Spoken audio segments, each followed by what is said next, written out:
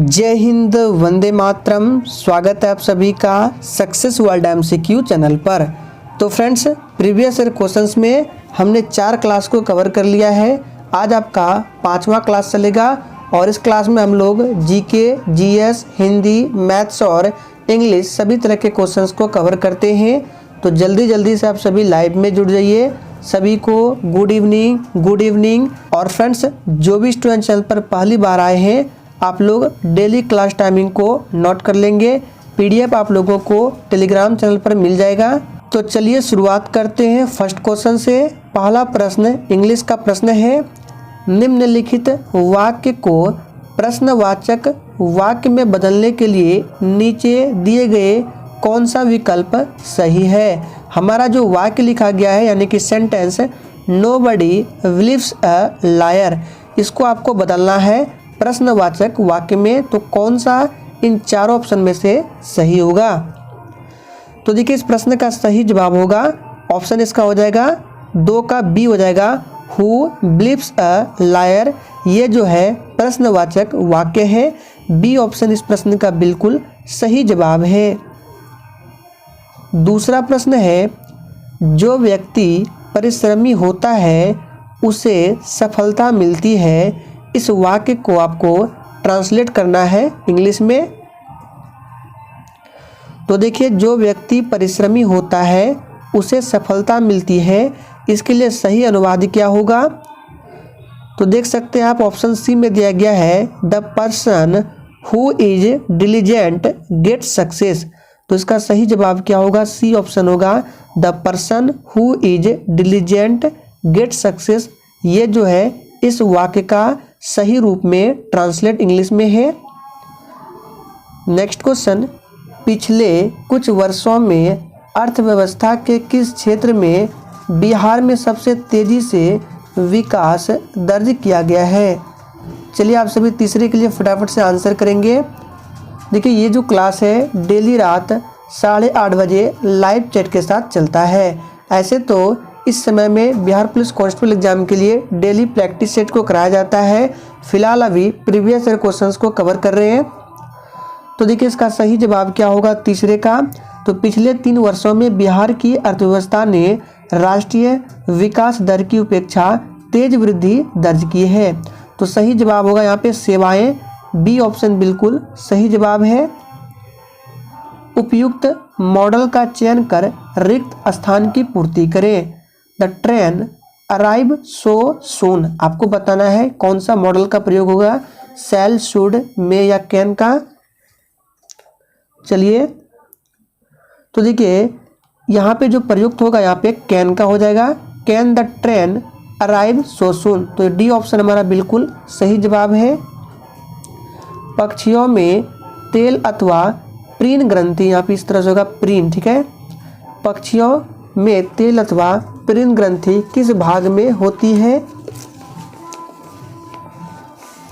तो देखिए, पक्षियों में तेल अथवा प्रीन ग्रंथि होती है जो पूंछ के उद्भव स्थान के समीप पृष्ठ तल पर स्थित रहती है। तो सही जवाब होगा पूंछ के आधार भाग पर। गन मेटल किसका मिश्र धातु है? चलिए आंसर करेंगे। तो देखिए, गन मेटल में तांबा 88%, टीन 10% और जिंक 2% इसमें मिक्स रहता है। तो सही जवाब क्या होगा? तो 6 का राइट आंसर ऑप्शन B हो जाएगा। कॉपर, टीन और जिंक का ये मिश्र धातु है। एक पूछा जाता है पीतल किसका मिश्र धातु है? तो ये तांबा और जिंक का मिश्र धातु है, ध्यान रखना है।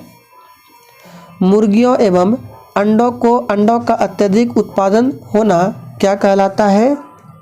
यानी कि सिंपली आपको बताना है अंडा का सर्वाधिक उत्पादन ये किससे संबंधित है?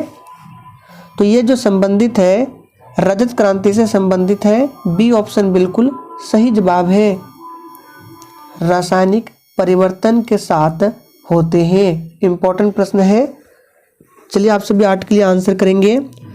तो देखिए, रासायनिक परिवर्तन क्या होता है? जब किसी वस्तु या पदार्थ में ऐसा परिवर्तन होता है जिससे उसके गुणों और आंतरिक संरचना में भी बदलाव हो जाता है, इसे ही रासायनिक परिवर्तन कहते हैं। जैसे कि दूध का दही में बनना, तो इसका सही जवाब क्या होगा? देखिए, नए प्रकार के पदार्थ का निर्माण, ये भी रासायनिक परिवर्तन है। निकाय की एंथैल्पी में परिवर्तन, ये भी है। पदार्थ के रासायनिक गुणों में परिवर्तन, ये तो होगा ही। तो डी ऑप्शन सही जवाब है। ब्रेल पद्धति में बिंदु की पैटर्न की संख्या होती है।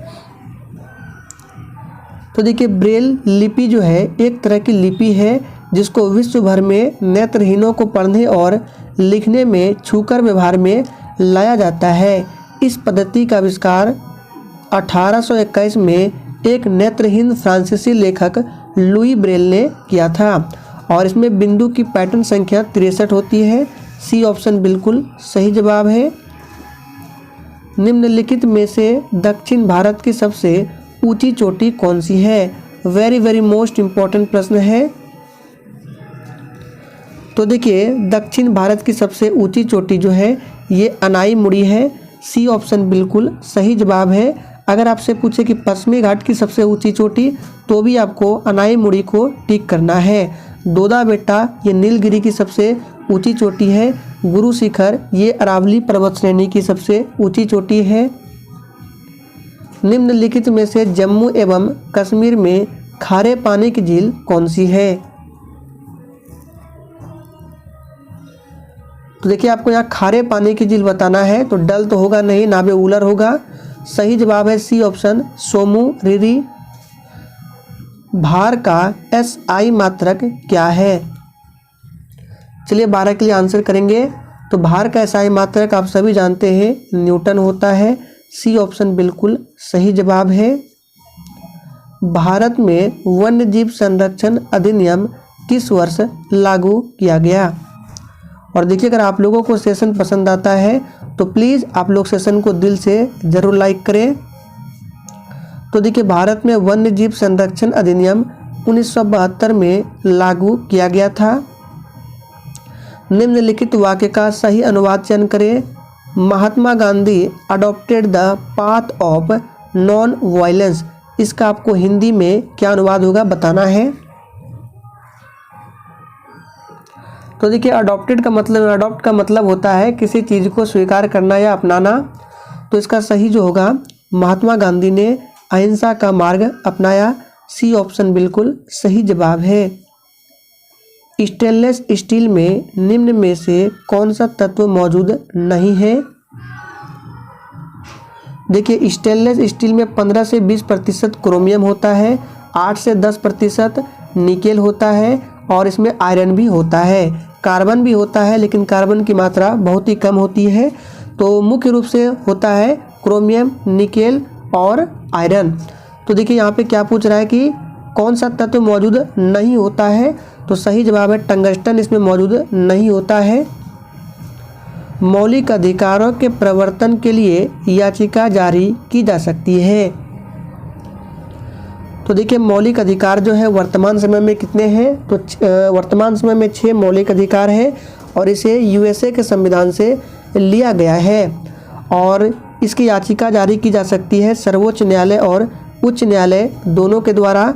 ध्यान रखना है, लेकिन यहाँ पे एक कंडीशन है।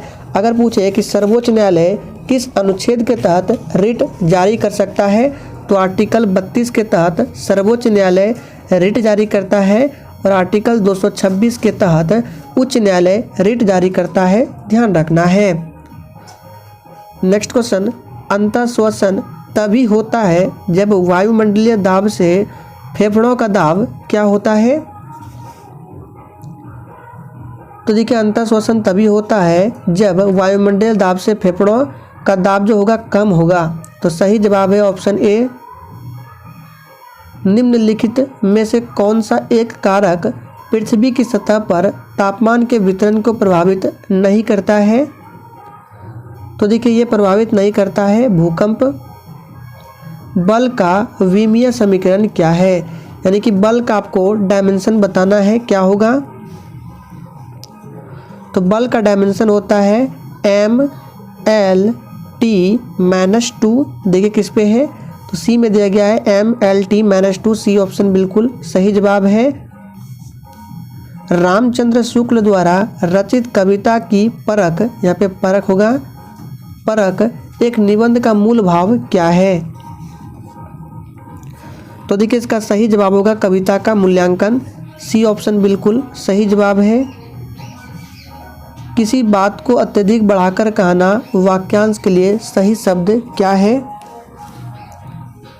चलिए आप सभी 21 के लिए फटाफट से आंसर करेंगे। तो देखिए किसी बात को अत्यधिक बढ़ाकर कहना वाक्यांश के लिए शब्द है अतिशयोक्ति। चीन ने भारत के एलपीजी सुधारों के समान अपने संरचनात्मक सुधार कब से शुरू किया था? तो देखिए ये शुरू किया 1991 से। सी ऑप्शन बिल्कुल सही जवाब है। नेक्स्ट क्वेश्चन, यदि 7 नारंगियों का क्रय मूल्य 6 नारंगियों के विक्रय मूल्य के बराबर है तो आपको इसमें लाभ बताना है। यहाँ पे टाइपिंग एरर है, इसमें प्रॉफिट प्रतिशत क्या होगा? सोच समझकर आंसर देना है। तो देखिए इस तरह के सवाल में आपको क्या करना है, 7 नारंगियों का क्रय मूल्य 6 नारंगियों के विक्रय मूल्य के बराबर है तो आपको इसमें उल्टा कर देना है। सीपी मान लेना है 6 को और एसपी मान लेना है 7 को, यानी क्रय मूल्य तो 7 नारंगियों का है, विक्रय मूल्य 6 नारंगियों का है, लेकिन इस तरह के सवाल में आपको उल्टा करना है। सीपी यानी क्रय मूल्य 6 को मानना है, एसपी 7 को मानना है। अब देखिए कितना का प्रॉफिट हो रहा है, इसमें 1 का प्रॉफिट हो रहा है और तो क्रय मूल्य क्या है 6 है। इसको 100 से मल्टीप्लाई करेंगे तो इसका आंसर निकल के कितना आ जाएगा, तो 50/3 होगा। तो किसमें देखिए 50/3, तो 23 का जो राइट आंसर होगा इसका ऑप्शन जो है गलत है, यहाँ पे 16 होगा। ठीक है, 16.2/3% इसका आंसर होगा। तो आप लोग ऑप्शन को सही कर लेंगे, 16.2/3%। निम्न में से कौन सा एक रूपांतरित तना है? तो रूपांतरित तना जो है ये आलू है, ध्यान रखना है। गाजर, शकरकंद, मूली ये जड़ है। जब कोई वस्तु मुक्त रूप से पृथ्वी की ओर गिरती है तो उसकी कुल ऊर्जा क्या होती है? तो देखिए जब कोई वस्तु मुक्त रूप से पृथ्वी की ओर गिरती है तो उसकी कुल ऊर्जा नियत रहती है। सही जवाब है सी ऑप्शन। वह पादप जिसमें बीज फलों के भीतर होते हैं, तो कौन से पादप है? उस पादप का नाम है आवर्त बीजी, हिंदी में बोला जाता है, यहाँ पे लिख देते हैं आवर्त बीजी। ठीक है, और इंग्लिश में इसी को बोला जाता है एंजियोस्पर्म, जो कि ऑप्शन ए में दिया गया है। इसमें पौधे में बीज फलों के भीतर बंद होते हैं। मयूरभंज खनिज क्षेत्र स्थित है। चलिए आंसर करेंगे। तो देखिए इस प्रश्न का सही जवाब क्या होगा, मयूरभंज जो है ये कहाँ स्थित है? तो ये उड़ीसा में स्थित है। आप लोग कमेंट करेंगे ये किस खनिज के लिए प्रसिद्ध है। हिंद महासागर में अमेरिकी नौसेना अड्डा कहाँ स्थित है? तो ये स्थित है डिएगो गार्सिया में। भारत का सबसे अधिक लीची का उत्पादक राज्य कौन सा है? तो बहुत ही आसान प्रश्न है, ये बिहार है। कौन सा प्राकृतिक गैस पाइपलाइन एशिया में नहीं है? तो देखिए रूबी पाइपलाइन जो कि 42 इंच की प्राकृतिक गैस पाइपलाइन है, ये एशिया में नहीं है। डी ऑप्शन बिल्कुल सही जवाब है, ध्यान रखना है। तो फ्रेंड्स आज के सेशन में हम लोगों ने प्रीवियस ईयर क्वेश्चन से 30 मोस्ट इम्पॉर्टेंट प्रश्नों को कवर किया। सेशन पसंद आया हो तो प्लीज़ सभी लोग सेशन को लाइक करें और सेशन को शेयर करें।